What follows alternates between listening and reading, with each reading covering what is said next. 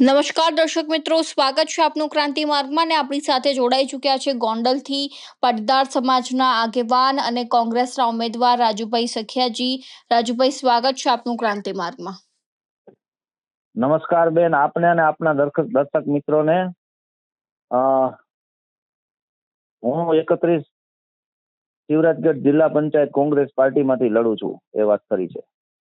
જી રાજુભાઈ, હાલમાં જયરાજસિંહ જાડેજા જે ગોંડલના પૂર્વ ધારાસભ્ય હતા, તેમનું એક ભાષણ ખૂબ જ વાયરલ થઈ રહ્યું છે સોશિયલ મીડિયામાં, જેમાં તેઓ એવું કહી રહ્યા છે કે કોઈ પણ પાર્ટી જો આ સ્થાનિક સ્વરાજ્યની ચૂંટણીમાં જીતશે, એટલે કોઈ પણ પાર્ટીનો ઉમેદવાર જો જીત મેળવે છે તો તેને હું ભારતીય જનતા પાર્ટીમાં ટૂંક સમયમાં જ જોડી દઈશ. આ તો બેન લોકશાહી ઉપર લાઠી ચાર્જની વાત છે.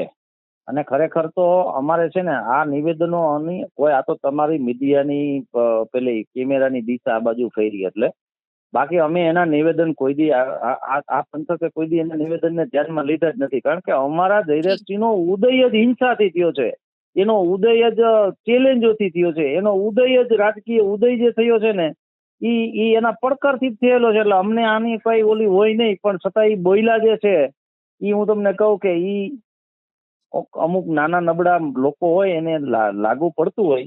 બાકી એની તાકાત હોય તો જો મને જનતા મત દેશે, શિવરાજગઢ જિલ્લા પંચાયત મત વિભાગમાંથી મને મત મળશે અને 5 વર્ષ માટે મને પ્રતિનિધિત્વ મળશે અને કોઈની ઓકાત હોય તો મને ભારતીય જનતા પાર્ટીનો ખેસ પહેરાવી જોવે. આ મારી ચેલેન્જ છે. જી, એટલે રાજુભાઈ, કોઈ પણ ભોગે જયરાજસિંહ જે છે તે તમને ભાજપનો ખેસ ન પહેરાવી શકે. નહીં, ચેલેન્જ છે મારી એને નહીં, પૂરી ભારતીય જનતા પાર્ટીને. કોઈ પણ બીજી પાર્ટીને, જે પાર્ટીએ મેન્ડેટ દીધું ને એ જ પાર્ટી સિવાય બીજી પાર્ટી મને ખેસ ન પહેરાવી શકે એવું હું ખુલ્લામ કહું છું.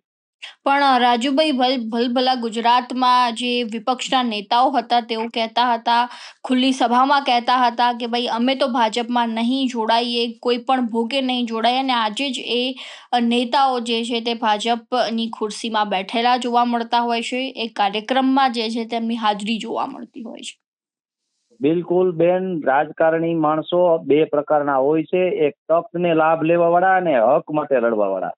અને રાજકીય વિચારધારાથી પ્રેરિત રાજકારણ હોય છે, માત્ર વ્યવસ્થાથી પ્રેરિત નથી હોતું. એટલે હું અહિંસાની વિચારધારા સાથે જોડાયેલી કોંગ્રેસ પાર્ટીની હારે જોડાયેલો છું અને હું હક માટે લડવા વાળો છું, તક માટે નહીં. જી, બીજી બાજુ જો વાત કરવામાં આવે રાજુભાઈ, તો તમારા દ્વારા એક પોસ્ટ જે છે તે કરવામાં આવી છે, જમીન અંગે જે છે તે પોસ્ટ કરવામાં આવી છે, એ સમગ્ર માહિતી શું છે? બિલકુલ, જો સૌથી પહેલા અમારે અહીંયા કેવા છે ને રાજકીય નાટકો હોય દર વખતે, મુદ્દા ન હોય ને, કારણ કે બુનિયાદી પ્રશ્નો ઉપર કામ કરવામાં આવ્યું ન હોય, સમજી ગયા? એટલે લોકો વચ્ચે જવા માટે કોઈક ઇસ્યુ ઉભો કરવામાં આવે. એટલે આ એક એવો ઇસ્યુ બન્યો છે. આવા તો અનેક ઇસ્યુ બન્યા છે, પણ આ એક એવો ઇસ્યુ હમણાં તાજેતરમાં બન્યો છે કે એક વ્યક્તિએ પૈસા વ્યાજે લીધા છે દસ્તાવેજ કરીને જમીનના, પછી ઈ જમીનનો દસ્તાવેજ કરી અને પછી પાછી મેળવી અને એને પૈસા પાછા દેવામાં આવે છે અને એમ કહેવામાં આવે છે કે અમે જમીન પાછી છોડાવરાવી દીધી. પરંતુ અહીંયા આજ તાલુકાની અંદર જે આ જમીન જે વ્યાજે દેવા વાળો હતો ને એ ગોંડલ વિસ્તાર બહારનો હતો, પણ આ જ ગોંડલ વિસ્તારના જયરાજસિંહના સમર્થક જે એની આજુબાજુમાં રખડે છે એના જ પરિવારની જમીન અહીંના જ ગોંડલના જ એક સમાજના માણસે હાટાખત કરી 10 લાખ રૂપિયામાં અને રાખી દીધી છે. એ નથી છોડાવી દેતા, કારણ કે એ મતનું રાજકારણ રમવાનું, તો પછી ઈ લોકોના મત ન મળે, ઈ કાસ્ટના. એટલે એનું કહેવાનું એવું થાય છે કે અમે એનું ભાષણનો જે સારાંશ છે એમ કહે કે અમે સહી એટલે અમે તમને જમીન પાછી લઈ આવી દઈ. ખરેખર એવું નથી. જયરાજસિંહ એના ભાષણમાં એવું બોલે છે કે 1 ઇંચ જમીન પણ હું કોઈને લેવા દઉં મારા બાપમાં ફેર હોય, પણ આ જ માણસે અસંખ્ય જમીનો લીધી છે. મેં પુરાવા સાથે એક મૂકેલું છે કે જામનગર જિલ્લો અને રાજકોટનો પોસ્ટ એરિયો માધાપર વિસ્તારની અંદર કે જ્યાં 1.5 લાખ રૂપિયાની પ્રતિ ચોરસ મીટર જમીન મળતી હોય એવી 20 વીઘાથી વધુ જગ્યા છે, એના ઉપર જયરાજસિંહે કબજો કરીને બોર્ડ મારેલું છે ને, ઈ મેં મૂકેલું છે.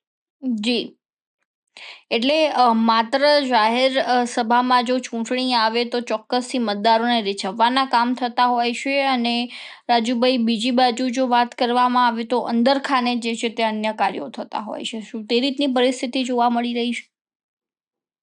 બિલકુલ બેન, સૌથી પહેલા તો અહીંયા કિનાખોરી અને હિંસાની રાજનીતિ કરી છે, એટલે લોકો વચ્ચે સાચા અને સારા મુદ્દાને લઈને કોઈ દી ગયા જ નથી.